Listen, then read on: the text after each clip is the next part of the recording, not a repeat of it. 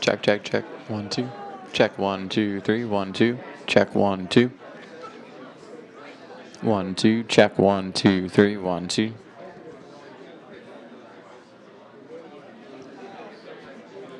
1, 2. Check 1, 2. 1, 2, 3. Check 1, 2. 1, 2. 1, 2, 2.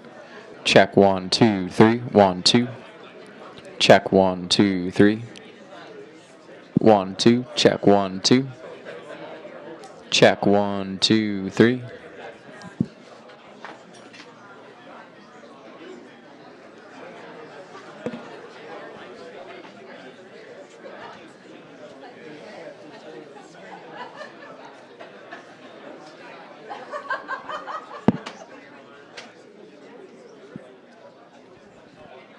Check 1, 2.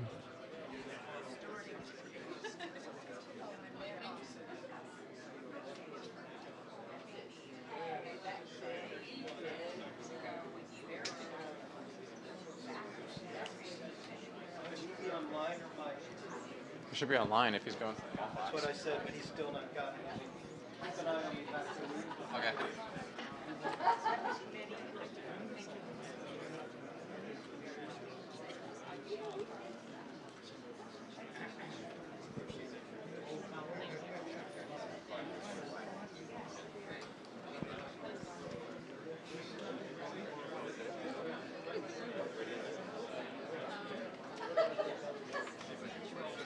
Check 1, 2.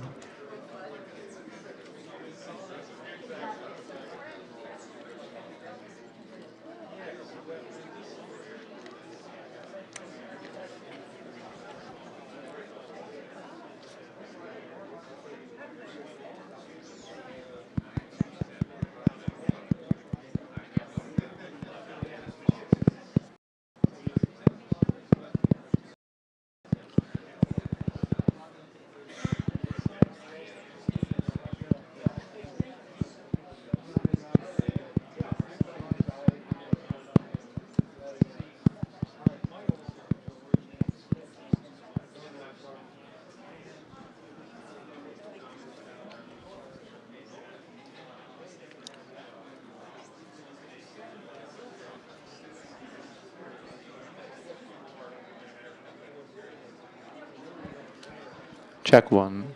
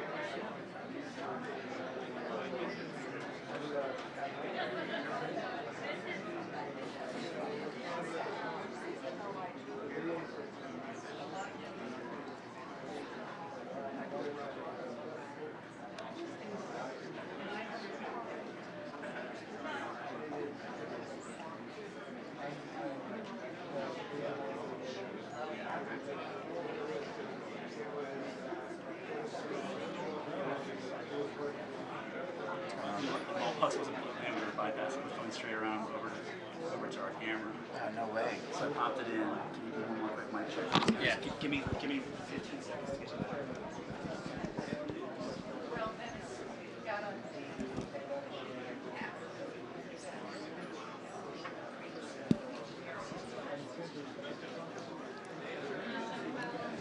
Chaz moved that mouth.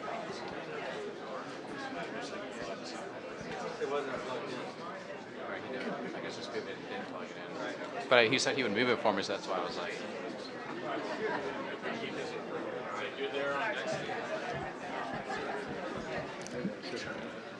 Check 1 2 1 2. Check 1 2.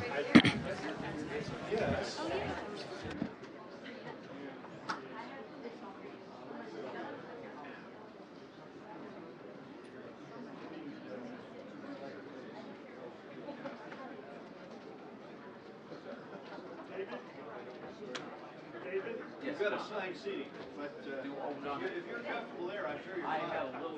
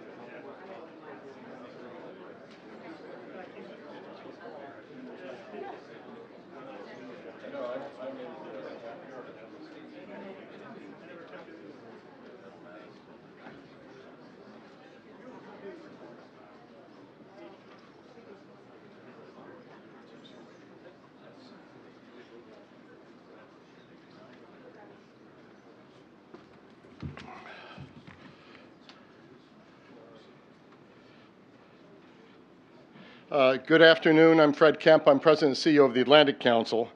Thank you for joining us today for the launch of this very timely and significant report on State Department reform. It's my honor to extend a particular welcome to today's keynote speaker, the Honorable Ed Royce, Chairman of the U.S. House Foreign Affairs Committee. Sir, we're delighted you could join us and look forward to hearing your unique perspective on this issue. Authored by a number of experienced foreign policy professionals, Ambassador Tom Pickering, Ambassador Chester Crocker, Ambassador David Miller, it's a lot of ambassadors to go around, Lester Munson, Karen Hanrahan, Bruce Bedford, and Dan Levin. This report, in my view, makes a significant contribution to ongoing discussions, and we hope will help set the foundation for pending department reorganization. This follows the Atlantic Council study on National Security Council reform launched in June of 2016.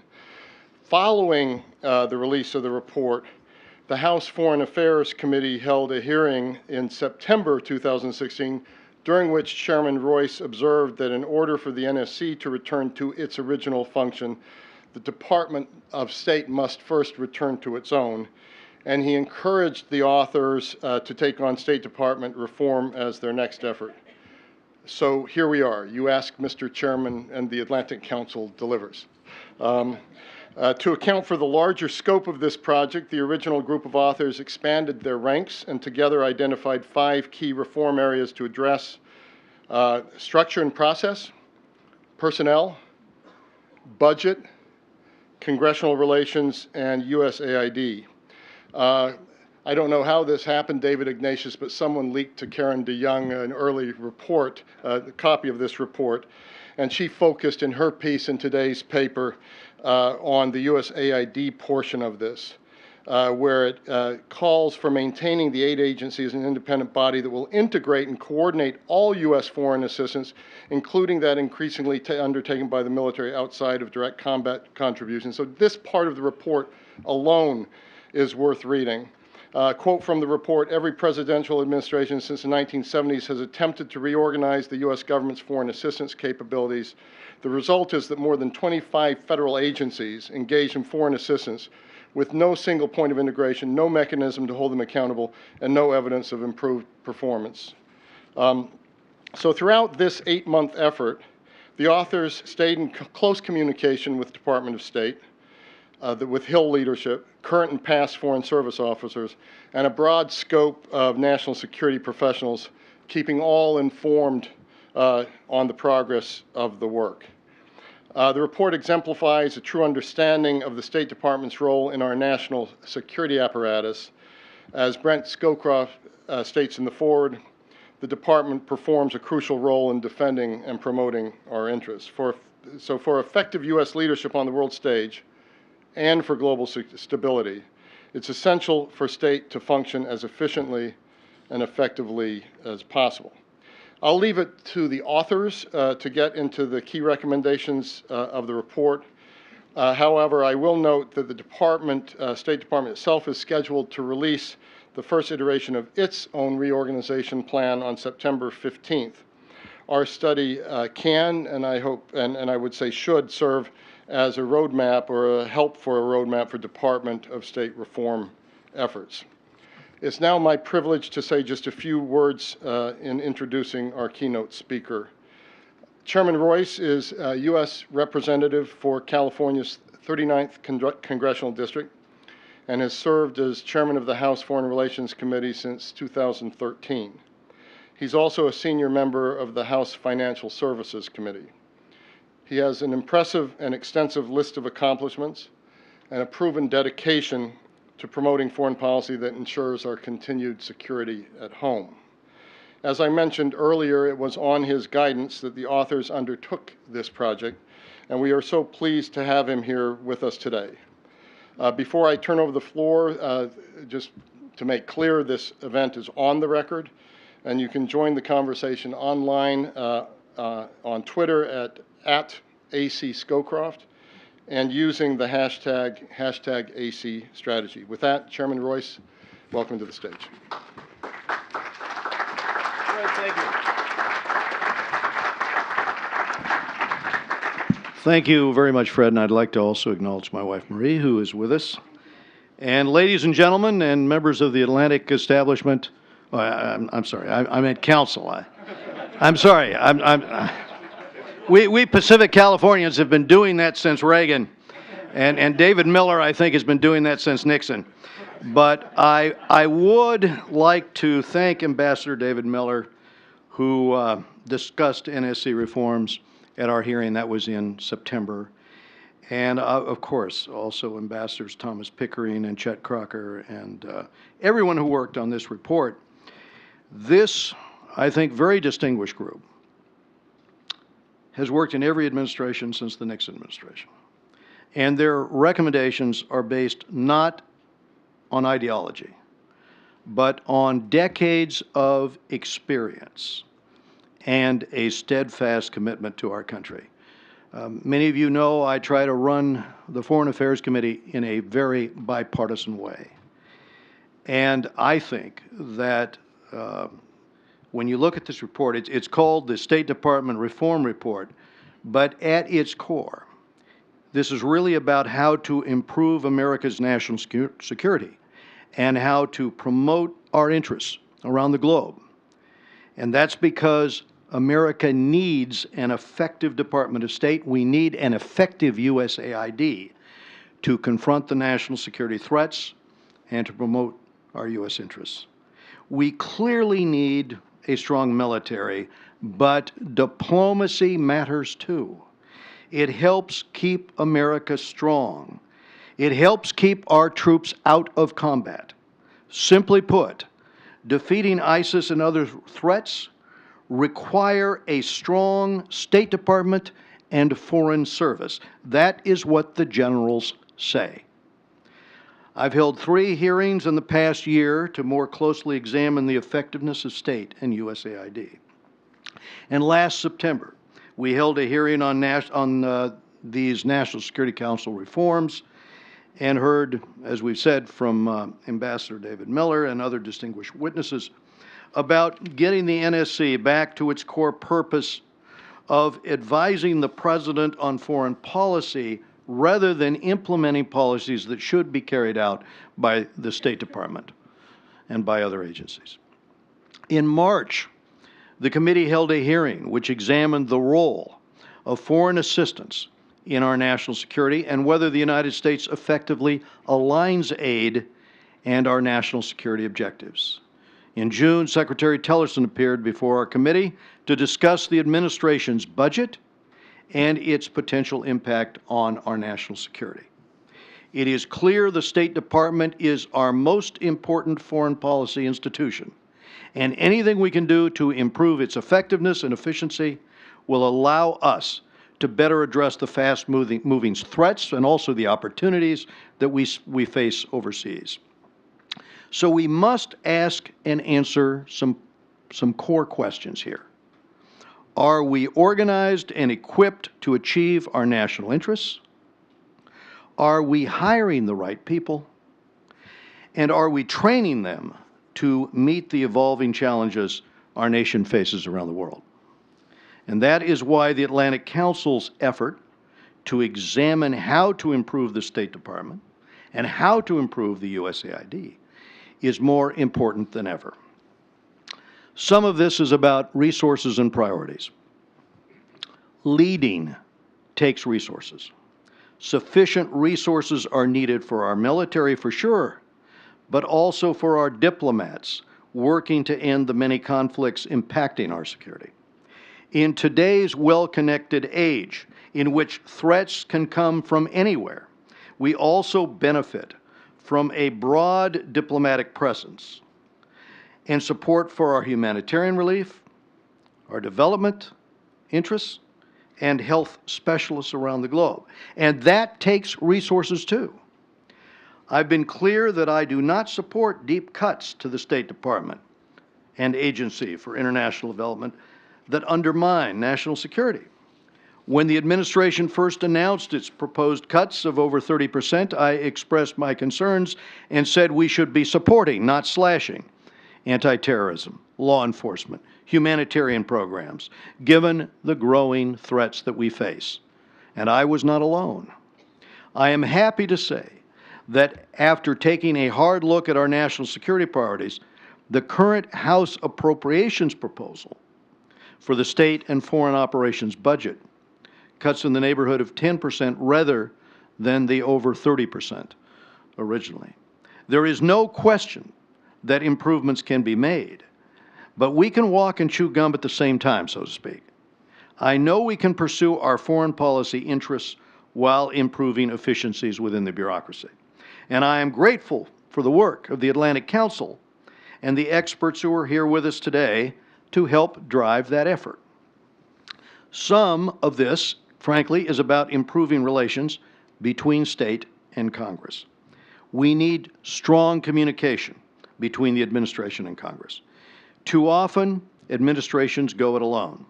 The last administration's Iran policy is an example of that, in my opinion. And I want to see us break that pattern. And Congress has the responsibility not to hamstring the State Department with mandates and with restrictions. These have accumulated over years, compounding its management challenges at state. We'll do our part to improve this, and I look forward to working with the administration on making policy and on how that policy is executed. But above all else, the most important national security asset of all is our people. Any effort to reform the State Department and USAID must focus on ensuring our Foreign Service officers have the leadership, training, security that they need to get this job done for the United States. The President made a strong choice in selecting Rex Tillerson to lead the State Department. I had an opportunity today, as we had a dialogue with Rex Tillerson and with Secretary Mattis, equally impressive, in terms of the North Korean challenge, with the members of Congress. And I will also add to that the decision to appoint Mark Green as USAID Administrator is also, I believe, a very sound decision. I would now like to see the administration move quickly to fill the many vacant senior positions left at State. And I know that this is something that Secretary Tillerson has spoken to in terms of the nominations that the administration has set up and the request that they be confirmed. The men and women of the department need an effective chain of command in order to implement administration policies and in order to carry out their crucial national security duties. Undersecretaries and assistant secretaries are crucial to that chain of command. But beyond Washington, I am committed to supporting our Foreign Service officers in the field and to recognizing their sacrifice and the important work that they do every day on our behalf. We are one of the few nations on earth with a truly global diplomatic presence. America's diplomats and development professionals serve in virtually every nation, defending our national security, protecting our citizens, promoting our values. They spot brewing political crises. They respond to disasters. They open doors for U.S. business, and they assist American citizens in distress. Their work abroad benefits Americans at home. Consider that an emergency investment in West Africa's health stopped cold what would have been an emerging Ebola pandemic a few years ago. Elsewhere, Foreign Service officers work alongside the military to keep weapons of mass destruction and to keep those manned pads that can shoot down an airliner out of the hands of terrorists and to open doors for U.S. businesses. These important missions make us safer and more prosperous. There is no substitute for intrepid, dedicated people in the field, and I'd like to see us strengthen that key asset. We must therefore take a hard look at modernizing the personnel practices, both at State and USAID, to build an even more effective force to project American power and values in defense of our national interests. This report takes a hard look at how to do just that by reforming how the department trains and promotes and assigns its officers to better meet the realities on the ground. So thank you all for your hard work, and I also thank you for your commitment to our nation, and I appreciate very much the invitation to give you my thoughts here today.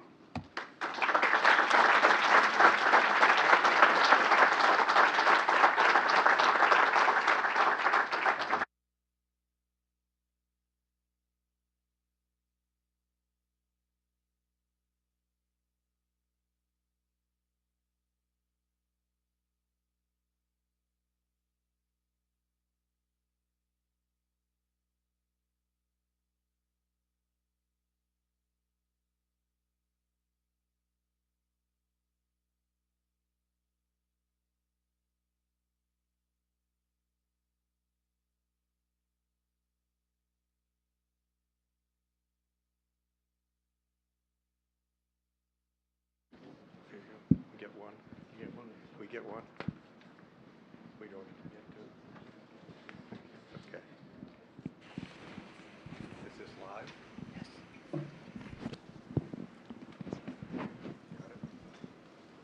Hello, I'm Dave Miller, and I want to open by saying I've sat here mesmerized and pleased and stunned at the remarkable address from the chairman. It was great of him to come. He's worked his way in between mandatory appearances and votes, and he chose to come to talk about a subject that gets way too little attention, and that is how we manage the State Department, how we manage the NSC, how we execute foreign policy.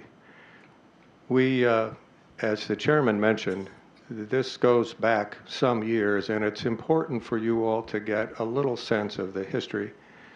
to understand how we got to this state report.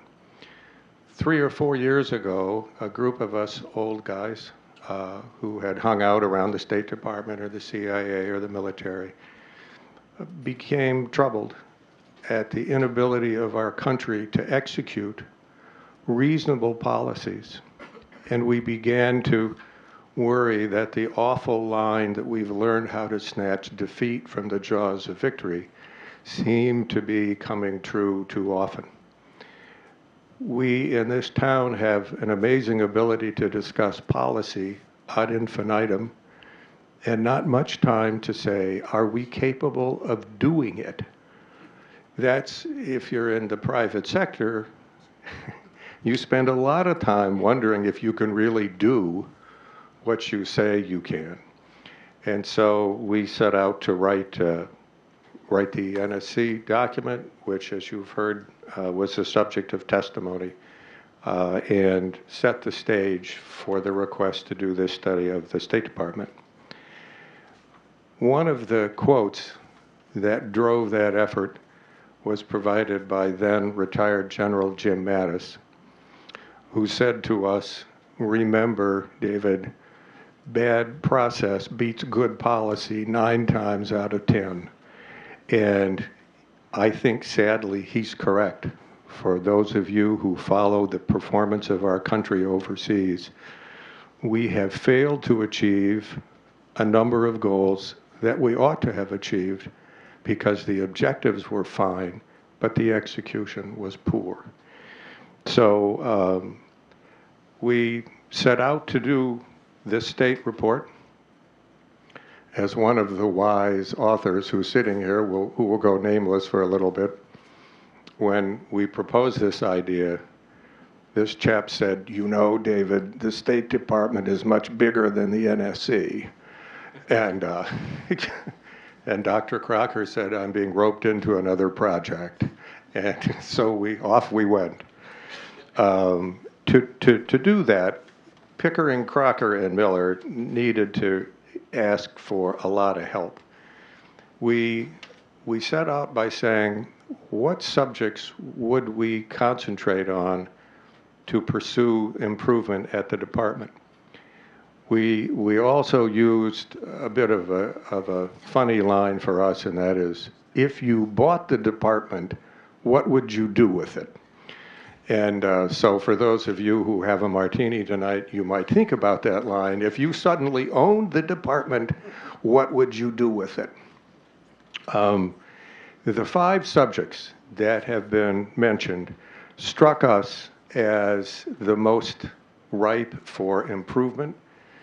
They are issues that can be dealt with quickly. They are frequently cost neutral or may involve cost savings.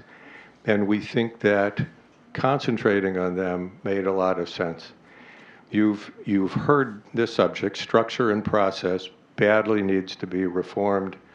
Our budget process at the State Department, as you will hear from Brad Higgins, leaves an immense amount to be desired.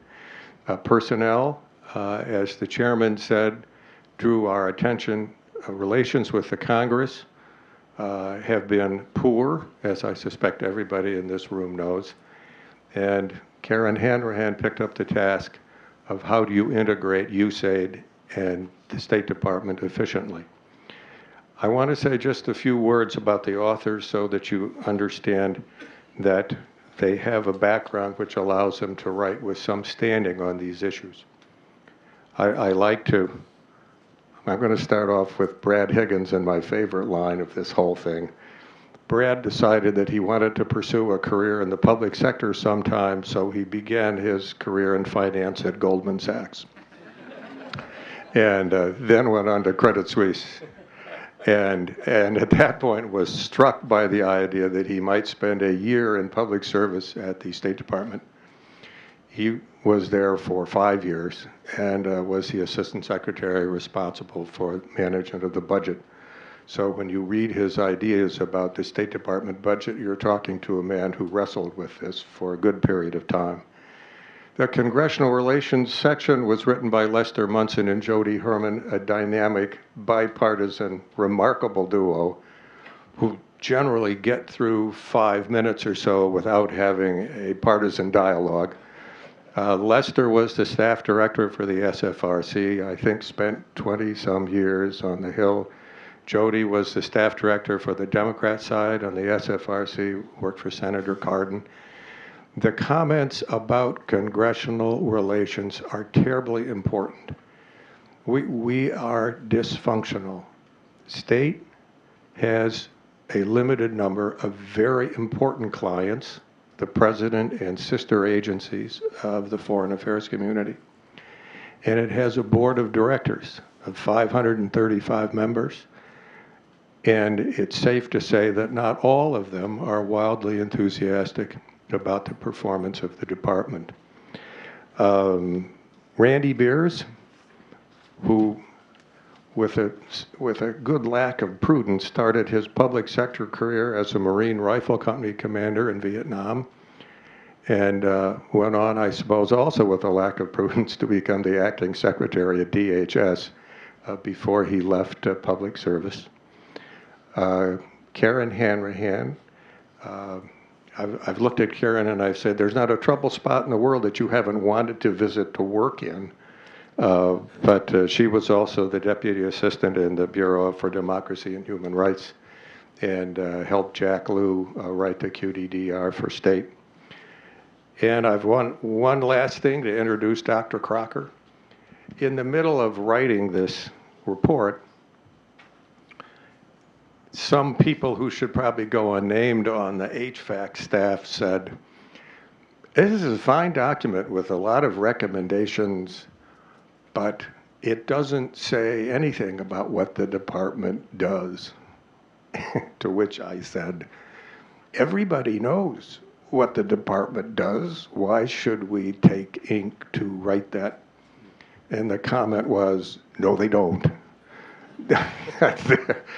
Which is sort of stunning, followed by an observation that there were lots of people running around town thinking about restructuring the department who've never worked there or run anything in the department. And so we decided we'd open up with a section on this is how we see the secretary's job and how we see roles and missions for the department. And with that, it's over to Dr. Crocker. We've been doing this for 37 years together. Chet thinks it's like Huntley and Brinkley. I think we get closer to Abbott and Costello, but some place between the two of those, you find reality. Thank you all very much for coming.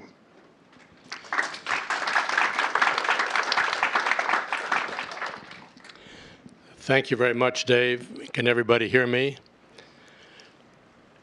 Yes, I was asked to sort of follow Brent Scowcroft and Chairman Royce, who really have already answered some of the question about what the State Department does. I'll hit a few very brief high points and remind us that despite recent appearances to the contrary under more than one administration, State is the primary department responsible for the formulation of U.S. foreign policy and the execution of diplomacy under the President's direction. I'd remind also that 5 former secretaries of state became former presidents, and some former secretaries of state tried to become presidents, or at least gave it serious thought. The Secretary of State is the ranking member of the cabinet. These are basic known truths, but it's sometimes good to start with some basic things. State is the department that the Congress expects will be its partner in the focus of its oversight responsibilities related to foreign policy, as Chairman Royce has reminded us. State is the agency whose ambassadors coordinate overseas in every country with which we have diplomatic relations the activities of all agencies of the U.S. government, with the sole exception of when there's a combatant commander who has troops in active duty under his or her command. But otherwise, State is the place where you get whole of government. In our embassies abroad, and ambassadors have to run a whole of government operation which exists nowhere else in the U.S. government except the NSC. That's the only other place where you get the whole of government together. So it's kind of unique. And it's the State Department that gives the instructions to our ambassadors. So The Secretary of State has many responsibilities. Let me just tick off a couple of them. As formulator of policy within the NSC process, under the guidance of the President, as chief public spokesman for our foreign policy, which is a huge job in itself, as the senior-most U.S. diplomat in relationships with other counterparts around the world, and as the manager of a large workforce of FSOs and civil servants as well. So the Secretary of State wears multiple hats, and I think we need to bear that in mind and ensure that that's understood by everybody. State, in turn, performs the following roles. It provides input, analysis, and policy development advocacy within the NSC system. That's number one. It is typically the lead player in our relationships with foreign partners, with adversaries, and within international organizations. So that's number two. Number three, state is typically the lead player in major policy initiatives and peace negotiations or peace processes. And we've seen this in a number of cases. I might just tick off a few so that we remember the roles that state has played, sometimes as the leader of an interagency team. In the case of the Balkans, in the case of the Middle East, in Southern Africa, in the case of Plan Colombia, and we have Tom Pickering with us here today, so there's another example of that kind of leadership. In the process of German unification, it was a State Department lead with an interagency support base. In the development of new regimes, such as the JCPOA and our relationship with Iran. So these are examples of the state role as a lead negotiating entity. And I'll conclude by saying, less dramatically, it is the State Department that is responsible for the day-to-day maintenance of our relationships with every other country that we have relations with. This is what is sometimes called the gardening function. My former boss, George Shultz, always talked about state's role as gardening. It provides our eyes and ears. It maintains our institutional memory and our capacity to interpret the actions and attitudes of others around the world. So to sum up, we cannot afford a weakened State Department. We cannot afford an underfunded, poorly led, inadequately trained, and bureaucratically muscle-bound State Department. We need to strengthen it, restore it, and empower it to do better. Thank you.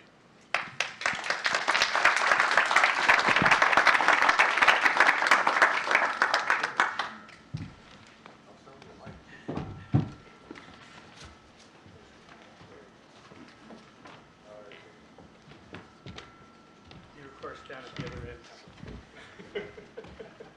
I took Jody's.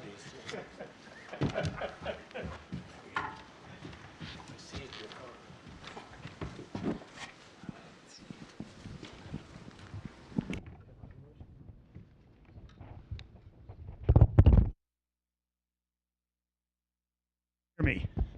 Thank you very much, David and Chet. My name is Tom Pickering, and I'll talk to you very briefly about structure and process. There are several recommendations in the report. I'll start with perhaps one of the most urgent, but none of the least exciting. How do we improve the Department of State's capacity to respond quickly to incoming requests for help, assistance, and advice? This is something the Congress has felt strongly about. And we make a proposal that we use the Executive Secretariat established by George Marshall in the 1950s to look after how and in what way the Secretary and the deputies paper was handled. And they should do two things: select those issues in which a fast response is required, and then supervise the provision of that fast response in the department. The second set of recommendations we made had to do with delayering and delegation of authority. Much more important for decision making and much more important in the State Department to combine speed with expertise, things that I think are badly needed in these days. The recommendation basically says the State Department should look at itself as having no more than 3 layers. The State Department is fond of having everybody in the department, given enough time, clear every piece of paper that passes through the department. And this delayering effort is designed to adopt a maxim espoused by one of my successors as Undersecretary Mark Grossman. One clearance per bureau, please. No more than that. It is also designed at the same time to force decision-making down. If people are competent to clear, why aren't they competent at the range of capacities they have to make decisions? And so it is designed to say that at certain levels, the bureaus ought to decide collectively that they will make decisions at lower levels than they've had before. The third set of decisions has to do with structure with the department. The department has too many bureaus. It has too many people reporting to the Secretary of State. And so there is, I think, a construct in the arrangements that we are providing for, which is designed to try to simplify that. There are a number of maxims that I think control or at least dictate how and in what way we made recommendations. Some of those include the fact that there are too many people reporting to the Secretary, that there are too many bureaus overlapping in their jurisdiction. There are too many high panjandrums out there independently negotiating, and that they ought to be reviewed and folded into the bureau structure of the State Department, which is the primary machine that makes foreign policy happen and makes it work.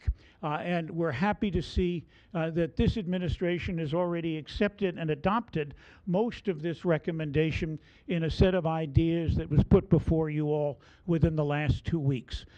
We have made recommendations about how and in what way to put together the bureau structure of the State Department. We provided a chart of what is there now, and we've provided a chart for the future. We have said, quite frankly, this is one example only. Others may have better ideas about how to do this, but we have set a series of thoughts and goals that should govern how and in what way to simplify the structure of the department, enhance the work of assistant secretaries of state, make the bureaus operate clearly, and allow for the give and take that is inherent in producing better foreign policy. And after those few words, I'd now like to introduce my friend Rand Beers, who will talk about personnel. Thank you very much, Tom. And I want to pick up both from Chairman Royce and from Tom's remarks in terms of how important thinking about the personnel system within the State Department truly is. The people are the ones who implement the policy. The people are the ones who make the decisions. And if they're not adequately prepared, then their chance of making those decisions with the best interests of the United States in mind are impeded. So we looked at the overall system and divided it basically into two parts, which is career development and training. Because we need to be thinking about who is representing the United States overseas and in Washington in the foreign policy arena, given the changing international environment, the increasing breadth of skills that are required in order to undertake these tasks, and the fact that we need... Members of Congress who sit on national security committees understand the unique and vital role of diplomacy and development in national security policy. The relationship between state and the Hill, however, is in significant disrepair and not attributable to any specific administration.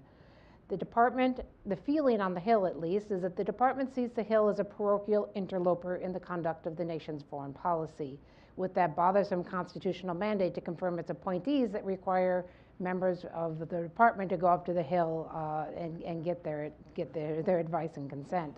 They don't really see them as a knowledgeable partner with contributions to make, not to mention statutory authority. And there's an embedded fear among State Department employees in even talking to the Hill. There's an unwritten rule that department employees outside of certain offices shouldn't approach the Hill, shouldn't talk to the Hill, certainly shouldn't share their views with the Hill outside of very carefully orchestrated communications. To move forward, the parties need to reconsider their preconceived notions on both sides about congressional oversight and about foreign and national security policy and the roles of Congress and the roles of the State Department. There are members of Congress who don't have passports, but not many. By and large, our national security law and our oversight is conducted by members of Congress who sit on national security committees, Intelligence, Homeland Security, Foreign Relations, and Armed Services. These members travel frequently to U.S. embassies and military bases. They spend their time, as much time as many members of the department spend, in intelligence briefings and meetings with foreign diplomats. Most have a very informed and broad perspective on national security policy that also takes state constituent business and NGO interests into consideration, as Congress is intended to do. Congress, on the other hand, utilizes the department as a bit of a whipping post. They have fun with it, while simultaneously demanding more reports, more meetings, and better outcomes from a department that is strained by these mandates and constrained by its budget, and certainly constrained, as you've noted, Brad, by the increasing number of hardship posts and positions where the diplomatic life is not once as it was once conceived, and certainly the vision of it still exists on the Hill that way. Members of Congress need to educate themselves. They need to travel. They need to educate themselves as much about national security policy as they do about health care or education or the environment, other issues that they vote on. They need to educate themselves about national security, and they need to educate their constituents about the importance of development and diplomacy alongside defense as the 3 Ds that make up the totality of our national security policy. They need to be able to make the case to their constituents about why they should visit the U.S. Embassy in Abu Dhabi or in Kyiv to learn about our bipartisan, what is really bipartisan foreign policy, our economic and national security interests, alongside visits to U.S. military bases. These things are critical for members of Congress to understand. I don't believe the argument that constituents don't get it, they don't understand it. Members of Congress have immense capacity to communicate, and they have an obligation to their constituents and to the country to do that. All in all, it really becomes a matter of communication and respect. And with that, I'll turn it over to Les, who's going to talk about some of the individual recommendations we make in the report. Before I get to that, I just want to give a warning to everyone in this room. If Dave Miller calls you and says, hey, I just want your advice on something, you'll find yourself 50 meetings later, hundreds of emails later, dozens of hours of writing and editing, sitting on a dais at the Atlantic Council talking about important issues of the day. It's, don't say yes right away. So Jody and I divided up the Congressional Affairs section, and as she said, our purpose is to make the State Department more effective, make it better able to do its job, serve its function, by having a more collaborative relationship with the Hill, really making Congress an ally in its efforts. We have a number of recommendations that are listed in there, and I urge you all to kind of take a look at them. They're everything from the use of congressional travel or CODELs to as a way to communicate with members and also to educate them about the challenges of the department, to having a better understanding at the State Department of the need for members of Congress to serve their constituents, whether it's through casework or other things, some real kind of basic blocking and tackling. I also made some bigger recommendations to improve the communication between state and Congress. Rand alluded to something that may be the next project for this group, which is expanding and really strengthening the Foreign Service Institute and turning it into something more robust. That process should include outreach to the Hill and including staff and maybe even members in that education process. The military does a very good job of reaching out to the legislative branch in its education programs. There's no reason the State Department can't do the same thing. When it comes to ambassadors, I like to think that the administration's already taken our advice and streamlined special envoys. If there's 80 special envoys, how special can they be? Also, the Hill has a responsibility there too when there's career Foreign Service officers going up to the Hill. The Senate has been doing and can do an even better job of approving those folks quickly so they can get out to post and do their jobs and get their families situated at schools and things. I think there's still room to do an even better job, although I think under Chairman Menendez and Chairman Corker, there's been some improvement there over the past few years. On treaties, this is a little more controversial, and Congressman Royce alluded to this earlier. when the U.S. does international agreements, if it's not in the form of a treaty, it's very difficult to make it a consistent policy of the U.S. government. And I think you see that with the Iran deal. You see it with the climate change Paris Agreement.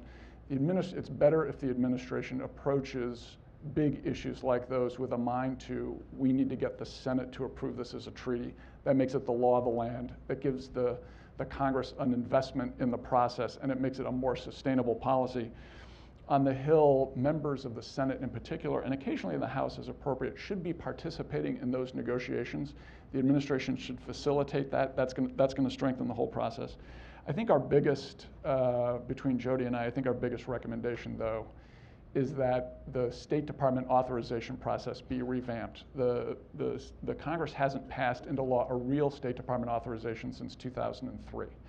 There was a mini, very thin State Department authorization that became law last year, which is a terrific step. Many more steps need to be taken. We need to strengthen the hand of Chairman Royce and Chairman Corker and their respective ranking members. The State Department has to embrace that. The Secretary needs to direct his administration, his senior officers, to work with Congress and not against Congress in that process. And I think that's the single thing that the Secretary doesn't have to invest a ton of time in that, but he has to direct his people to make it a priority.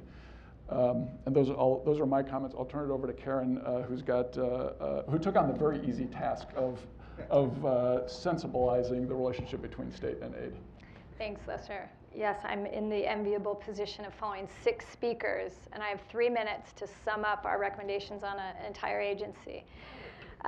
So I'll try to hit the highlights.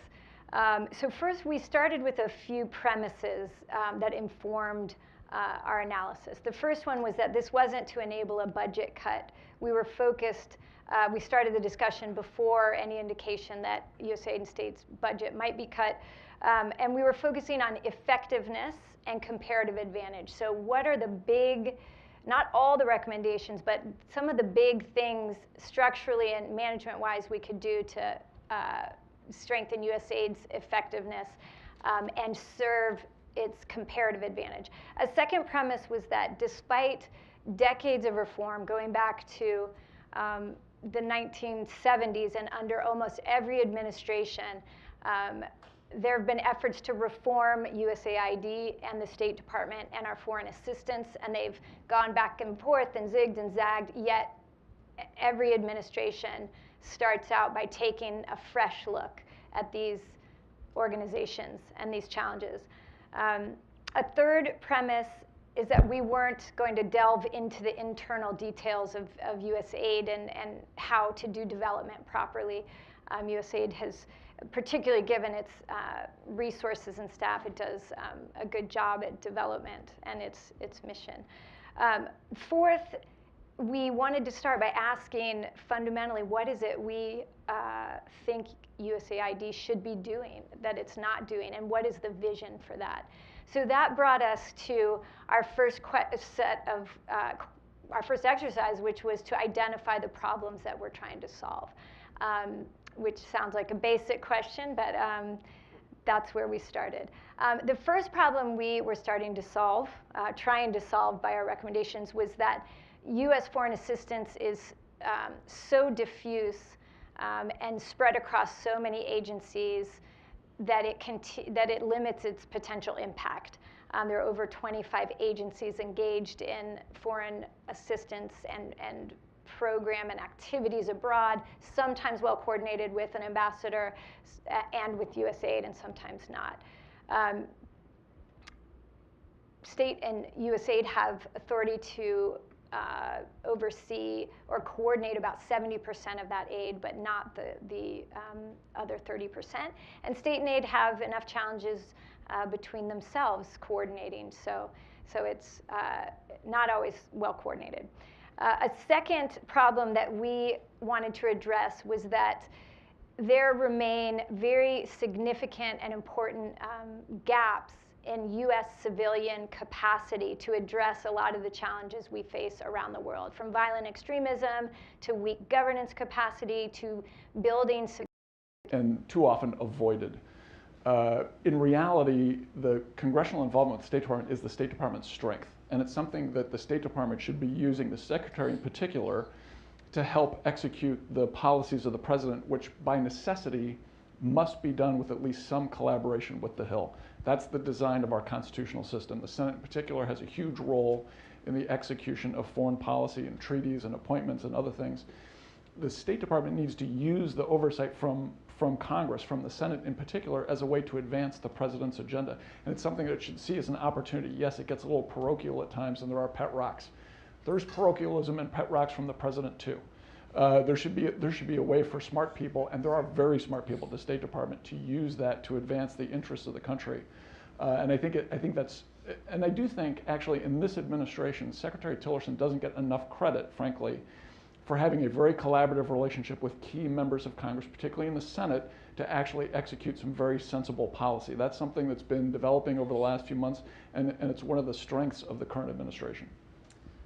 I would just note before we leave this subject of congressional relations that I've thought for years that the State Department really could learn something from the masterful way that the military services have learned to serve, sometimes, stroke their oversight committees in the House and Senate. It's just a spectacular process to watch. For all of the deference that an ambassador shows a visiting member of Congress, it's nothing compared to what a 4-star says to a backbencher member of the House Armed Services Committee. It's not even close. It's something to watch. If you want to boost the State Department's clout, maybe stationing people up on the Hill as the military does too. So let's turn finally. David, could I just make a point here? Please. State Department budgets for the Hill are tightly controlled by the Hill, interestingly enough. And in my day, the military had 50 persons on the Hill for everyone in the State Department who was acting there. And the money was, I think, equal, particularly on foreign travel. So there is a kind of congressional responsibility here, too. The other point I would like to make is that in my day, we were free to communicate with the Hill. And we were encouraged, particularly policy-making officers, to work with the Hill on a regular basis. And many of us had relationships on the Hill where we met monthly with key leaders and briefed them on what was going on. And I think that what Jody and Lester are talking about is a revival of some of that worked well in the past. Let me ask Karen finally to talk about USAID and ways to strengthen the aid functions. You went through the details of the report. I want to just paint for the audience a scene that I witnessed in July. I was traveling with Ambassador Brett McGurk into Syria, spent 3 days in the area around Raqqa, newly liberated from ISIS. Very powerful experience.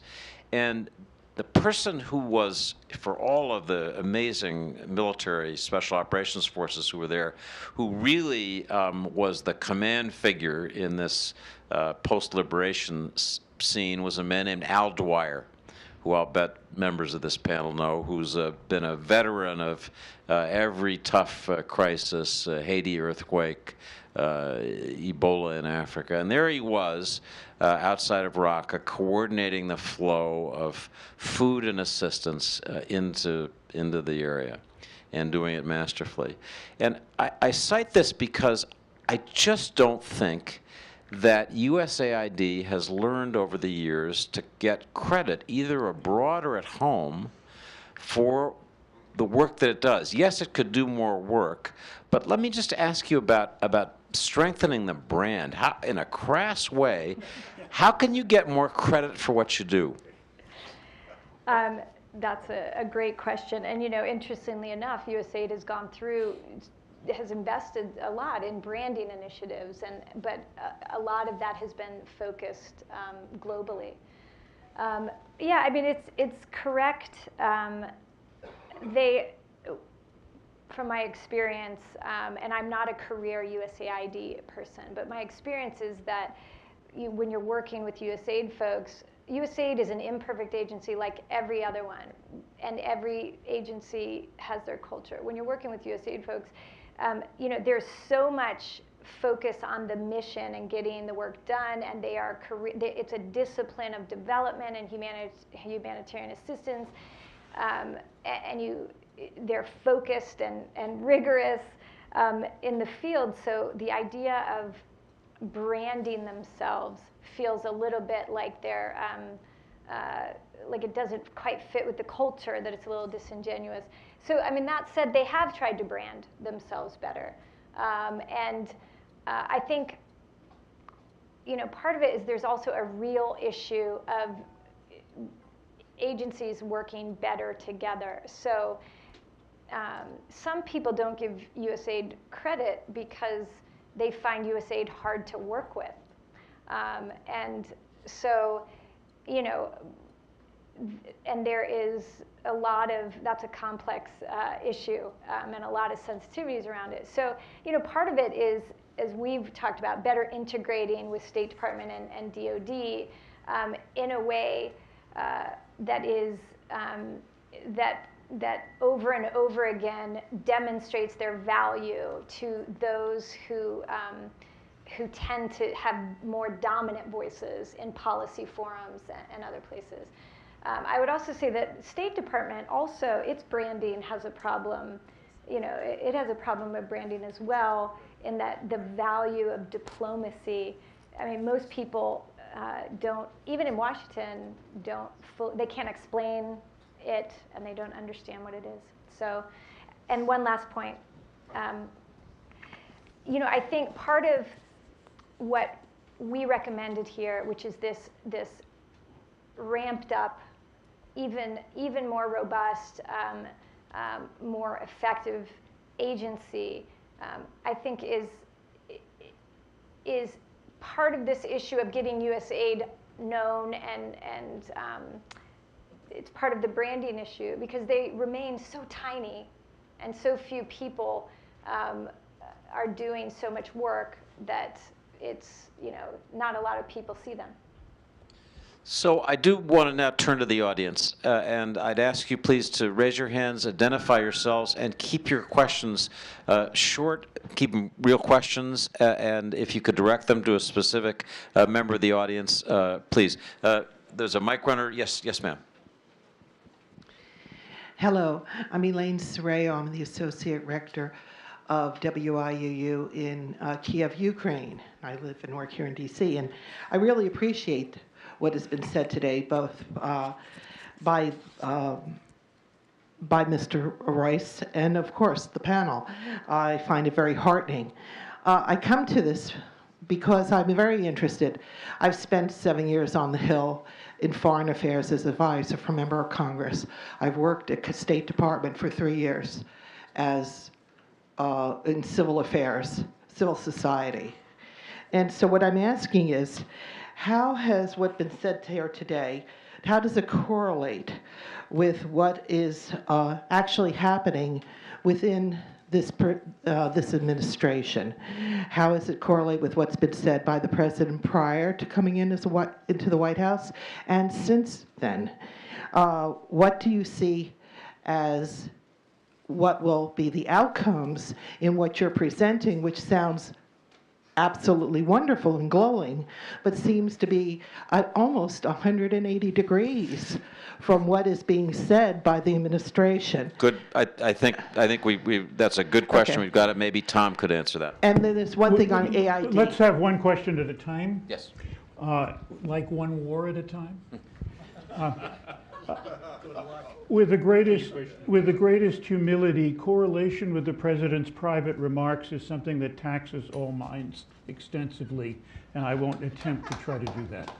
I think that correlation with what the administration might be coming forward with is something you need to wait until the 11th or the 15th of September to know. But we've already, in fact, taken note of the fact that the administration has taken a look at the Grand Panjandrum problem. Hopefully they will adopt from us other pieces of what we've had to say, and that's why we're putting it forward here today in a public fashion. Does anybody else, Rand, do you want to say a word to this issue? Yes, I do. One of the challenges on the personnel side that we are looking at very seriously is in asking for particularly more training, we're running athwart of the potential cuts that are being at least talked about with respect to the State Department. One can talk about all kinds of personnel efficiencies, but if it's a 10% cut and you're asking for more training, that's going to create its own turbulence. Harlan Ullman in the second row. Ma'am, second row. That finger loaded, Tom? Yeah. I've got a question I'd like Tom to be the representative to answer. This report, it seems to me, deals largely with symptoms, but I think there are three larger causes here that need to be addressed. The first is of the last four presidents, none was really ready, certainly in terms of foreign policy and national security. And during the first year of each, they stepped badly in many ways. Second, you got the National Security Act of 1947, which really represents the 20th century and not the 21st. And you take a look at the organization of state, CIA, NSC, defense, so forth, they're organized differently in terms of regions and functions. And finally, you've got the Congress with all its committees and subcommittees, which make life very difficult. Without dealing with those larger issues, even though what you're suggesting may be positive, are we not dealing with symptoms and not really the basic causes that really ail our national security structure? Harlan, with great respect, I think we decided that we wouldn't try to prescribe who should be the next president. You might want to think about it. We should now be thinking about it. Secondly, we did a report in the NSC, which I think you know about, which in fact attempted to try to get at some of the points that you just made. And I think with respect to the third portion of the report, our congressional folks here have tried to do as solid a job as they can in reflecting on, from the point of view of people working in the Congress, how and in what way the State Department might improve its relationship there. My feeling and my hope is that using a bipartisan approach from the Congress is a helpful way to interest the Congress in going ahead. And I think Randy, unfortunately, is totally right. If our cut is only 10%, that's been the worst cut we've had in historical time. And it will not produce a great deal of extra funding to do very much of anything, whether it's dealing with the Congress or reshaping the policy picture or other things. Or help morale. Or help morale out at all. On the other hand, having spent a long time in the Foreign Service, I never knew a time when the morale was not worse than it was the time before. And so we have this enormous capacity, particularly in the Foreign Service, to endure bad morale. But I won't tell you that that is comforting or helpful. And I cannot believe that from my contacts, morale now has been ever replicated in its nadir than it is now. And I think it's a very important question for the future. But I would argue that some of these questions have been addressed, and some of them are really in the preparation of a president for dealing with foreign affairs is in the hands of the general public at the general election, rather than a bunch of Foreign Service officers sitting in a dark room prescribing what the president should look like. In the interest of getting more questions, I'm going to ask for two and then come back to the panel. The woman here on the end, and then you, sir, on the third row. My name is Barbara Dello. To what degree does the public's low opinion of government in general, and Congress in particular, and I guess also sometimes the administration, affect U.S. foreign policy as well as our ability and negotiation to achieve well in negotiations and to achieve our goals? And is proactive action in this regard part of what you're, something you think that needs to be done? And maybe we could add another question from this gentleman here. Hi, my name is Daniel Van Scooten. Given that, as we mentioned, bad process beats good policy 9 times out of 10, I'm especially concerned by the lack of constructive dissent in state, demonstrated by the fact that more than half the time, AFSA can't find a senior foreign service officer to give its award to, for the award for constructive dissent. Did your report address how to incentivize or encourage constructive dissent within state, which is so needed to address bad process? A very interesting question. Maybe Jody and Les, would you like to try to field that initially? So the first question was, does the public's low opinion of government harm our ability to conduct diplomacy? And then do we need to encourage more dissent within the department, or maybe the question is, do we need to find a way to give it voice when there's a real feeling among career officers that's not getting up to the surface? Yeah, I won't try to answer the second question. I'll give you like 2 seconds on the first question, turn it over to Les. Does it affect our ability to conduct diplomacy? Maybe, possibly, yeah. I mean, it certainly isn't good for morale at the State Department. It probably isn't good for morale on Capitol Hill either. Although I actually, I continually say when I speak publicly, like the perception of partisanship is overblown by the media most of the time. Maybe it's because we work in foreign and national security policy where there is actually maybe more agreement than there is maybe on, say, healthcare policy, for example. But there's actually a lot more bipartisanship that exists than people think that there is, and I say it continually. I did a speech maybe 6 months ago when I went through and I prepared for it, and I looked at all of the things, Les and I were doing this together, looked at all of the pieces of legislation we had enacted into law during the period of time we worked together, and there were somewhere like 25 bills, right? So, which, on all sorts of things, on AIDS funding, Iran sanctions, reform of the OAS, on a whole variety of issues. It was like astounding to the audience that we'd accomplished all of these things in a very bipartisan way. So does it affect our diplomacy? I suppose. That's really probably more of a question for folks who work at the State Department. Is it a huge issue on the Hill? It's a huge issue for members and their re-elect as they try to explain to their constituents what they're doing in Washington on a weekly basis. But practically speaking, at least in the foreign policy, national security arena, there's actually a vast amount of bipartisanship in that space, not just on the Foreign Relations Committee, but on Armed Services and the Intel Committee as well. Yeah, by the way, Jody and I will do this act on demand, and usually, hopefully for pay, if you have somewhere where you'd like us to go. I would just make the point to the previous question, too, kind of reference the last few presidents. Let's remember the last 4 presidents we've had, including the current one, who could not be a more diverse group, from Clinton to Bush to Obama to Trump, all won on campaigns that were basically isolationist.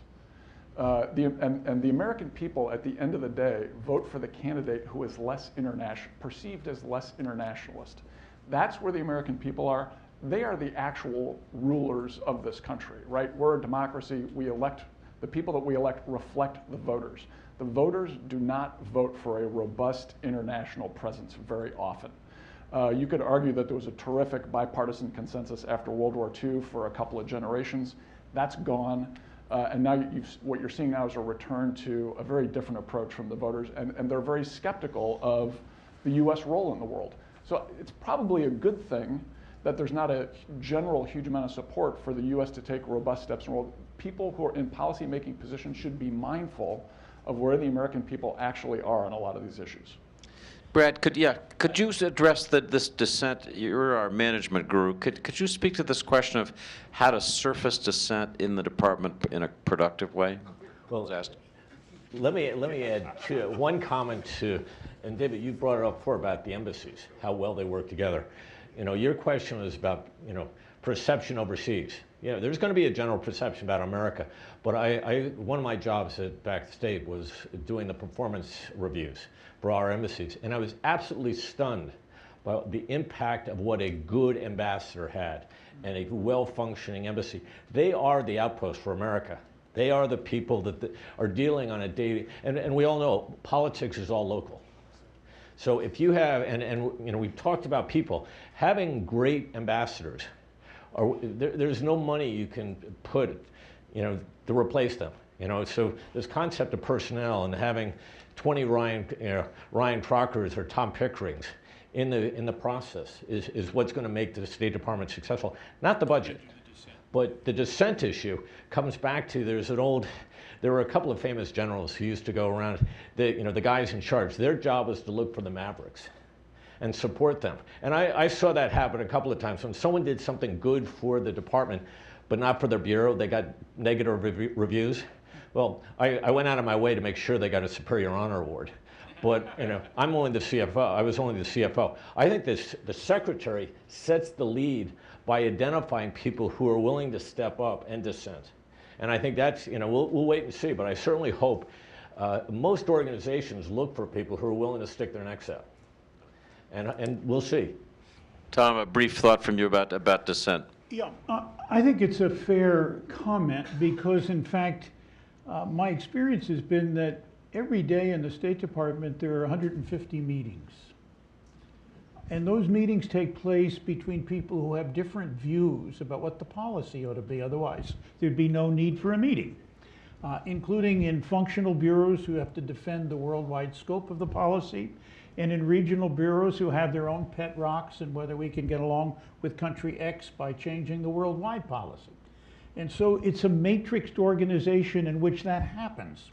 It tends to happen out of the public limelight, but because in fact people still felt that dissent was somehow being sat upon, we created a dissent channel. And the dissent channel is supposed to operate in private, one of the more private channels, but we had 1,000 officers sign publicly a dissent message in the early part of this administration over something they felt very strongly was a wrong-headed piece of policy, and that the policy implications of those changes should not take place. My view is, okay, that is a perfect example of how and in what way, when the system isn't working well, the dissent has the opportunity to get out.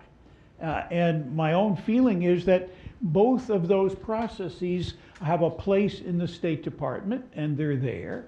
And I know of no artificial constraints, either in the departmental meetings about speaking up or in using the dissent channel for whatever value that might be, but it is important that we do it. So I think we value dissent, we value alternative ideas, and we value people, as Brad said, hopefully, who can push things ahead and are not created in the normal mold, but show the ability to operate independently and bring forward their own ideas about how to solve problems.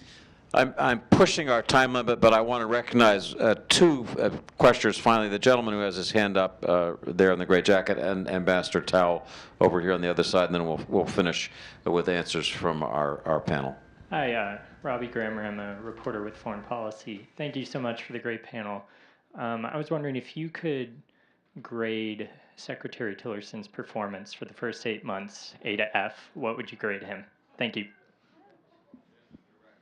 And Ambassador Tim Tao.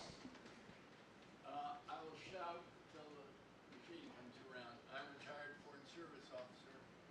I have a question, a comment, and a question on training and assignment. You mentioned assignments and training, and also the importance of the ambassador vis-a-vis foreign countries, differing people in the 21st century. I came in the Foreign Service in the Kennedy administration, and I was 29 years old and looked like a teenager. And I didn't have glasses, my hair wasn't turning gray, and I giggled and smiled, and everybody thought I was a twerp.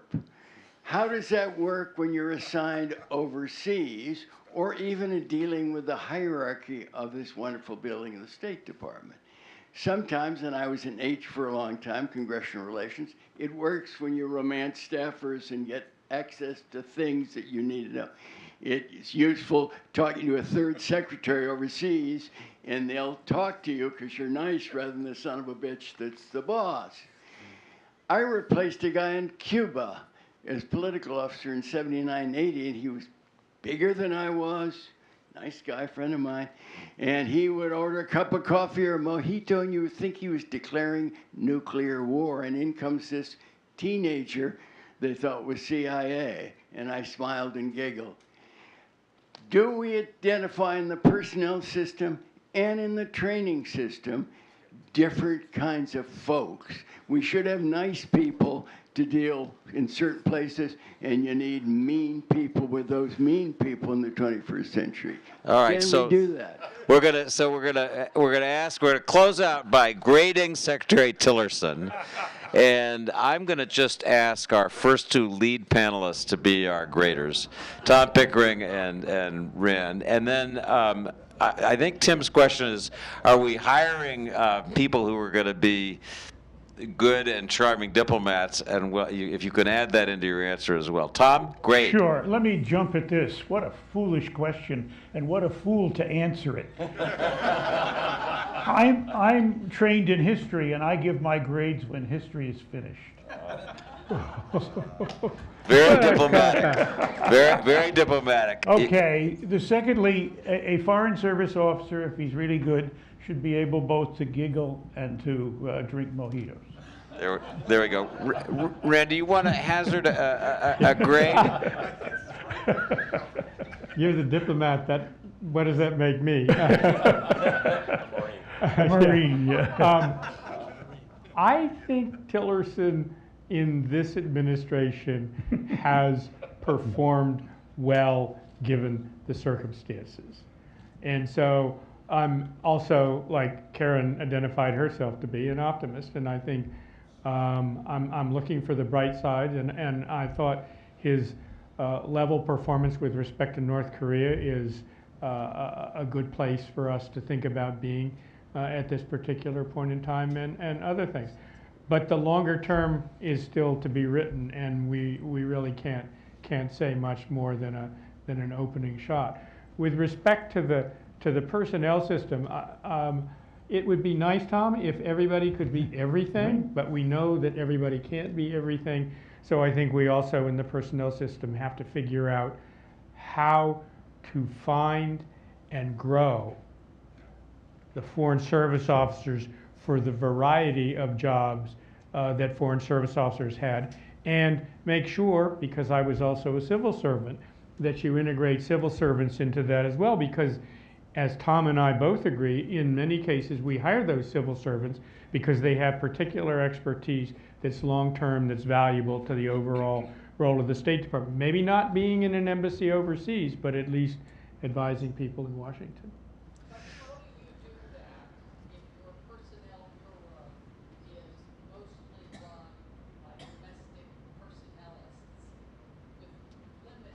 I don't think it is. We still I don't. Foreign Service. I disagree with that. Certainly, if you look at the senior management of the Personnel Bureau, the Director General and the immediate people below them, they're all Foreign Service officers with maybe a few civil servants, and not just domestic people.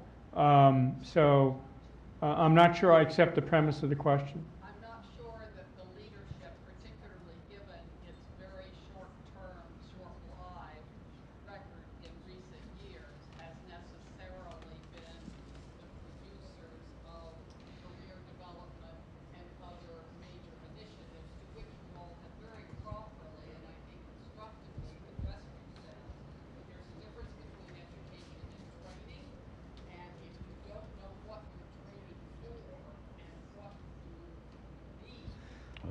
I'm gonna ask you, ma'am, to take this. As we say, take this offline with our speakers. So I just want to close with a corny thought.